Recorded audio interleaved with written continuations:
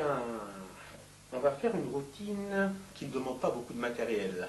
Entre autres, donc, je vais utiliser des boulettes, des petites boulettes du papier. Donc, vous prenez du papier, vous le froissez, et puis vous faites 3 boulettes. Et puis, vous pouvez commencer la routine. Bien, alors, donc, avant de commencer, hop, je retrousse mes manches comme ça, il n'y a pas de lézard. Ok? Alors, première boulette dans la main. Deuxième boulette dans la main et enfin la troisième boulette ici dans la main aussi. 3 boulettes dans la main et la main ici vide va passer sous la table. Et je fais hop, une des boulettes a traversé la table. Bien. En fait, ce qui s'est passé là, c'est que la table, elle est dure là, mais pourtant la boulette a traversé la table.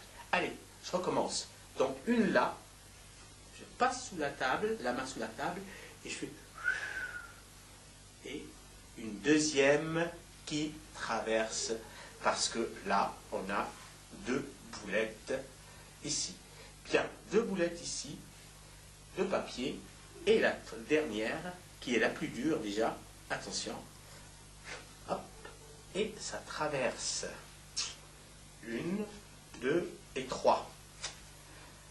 Ça, c'est la première partie. Magique, non? Bien. Alors, donc, toujours main vide, boulette de papier dans la main. Deuxième boulette de papier, aussi dans la main.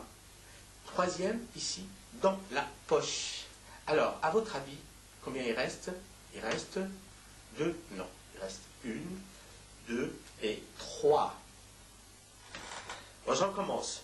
1, 2, ici, dans la main. D'accord? Et la troisième, dans la poche. Combien il reste? 1, 2 et 3. On a dit, le calcul, des fois, il est un peu bizarre, non? Allez, on recommence. On a 1, 2, ici, dans la main. La troisième, ici, dans la poche. Alors, je recommence. Combien il reste? À votre avis? Attention. En fait, il reste plus rien. Magique, non?